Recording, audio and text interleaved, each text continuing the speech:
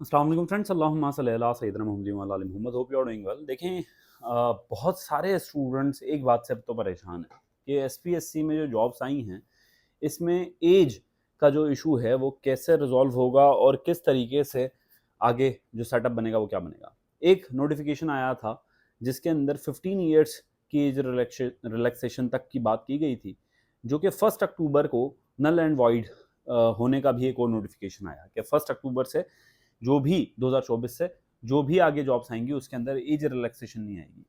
जो मुफक्किर बनते हैं उन्होंने ये कहा था कि जी अभी नोटिफिकेशन आएगा और एज रिलैक्सेशन दोबारा बढ़ जाएगी। पता नहीं कौन से उनके मुवक्किल थे जिन्होंने ये इन्फॉर्मेशन दी थी, पर टिल नाउ अभी तक कोई ऐसी इन्फॉर्मेशन आई नहीं है। जो ग्राउंड रियलिटीज़ हैं वो क्या हैं वो सुन लें थोड़ा सा। ग्राउंड रियलिटीज़ ये कह रही हैं कि जो अभी एसपीएससी का नया नोटिफिकेशन आया है जॉब्स का, जिसके अंदर ये सब्जेक्ट स्पेशलिस्ट की काफ़ी जॉब्स आई हैं, तकरीबन 700 के करीब जॉब्स हैं, इवन के 100% 700 के करीब जॉब्स हैं, और असिस्टेंट डायरेक्टर की जॉब्स हैं, असिस्टेंट की जॉब्स हैं। उसके अंदर जो एज लिमिट लिखी हुई है वो लिखी हुई है कि 30 साल और 28 साल के दरमियान। कुछ में 30 साल है, किसी में 28 साल है। तो काफ़ी स्टूडेंट्स परेशान हैं कि सर हमारी एज बड़ी है, कम है।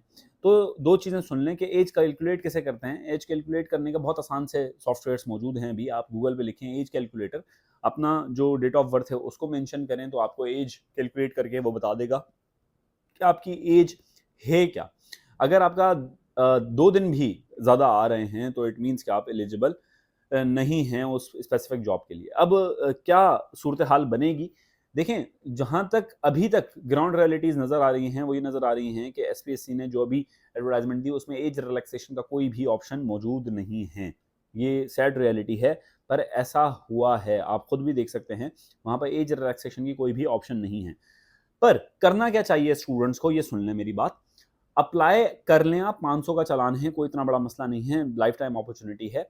हो सकता है हो सकता है कि यहाँ पर इन्होंने क्लियरली मेंशन नहीं किया, पर हो सकता है कि ये एज रिलैक्सेशन का ऑप्शन दोबारा से ऑप्ट करने की आपको अपॉर्चुनिटी मिले, और इंशाल्लाह ताला मिलेगी, और आप लोग अप्लाई कर चुके होंगे तो आप वो अवेल कर सकते हैं। अगर जिन बच्चों ने ये सोच के कि जी हमारी एज बढ़ गई है 2 साल 3 साल, वो अप्लाई नहीं करेंगे तो इशू होगा उनके साथ। तो मेरी यही एक मशवरा है आप सबको कि आप अप्लाई कर दें। हो सकता है कि नोटिफिकेशन अभी दोबारा आ जाए और वहाँ से आपको एज रिलैक्सेशन का ऑप्शन मिल जाए। अब एक और बात, जो हमारे गवर्नमेंट सर्वेंट हैं दोस्त, उनके लिए क्या है, तो ज़्यादातर अमूमन देखा गया है कि उनको 2 से 3 साल की एज रिलैक्सेशन मिलती है, पर उसके भी सर्टेन क्लॉज़ हैं, सर्टेन रूल्स रेगुलेशन है, वो मैं नेक्स्ट वीडियो के अंदर आप लोगों से शेयर करूँगा।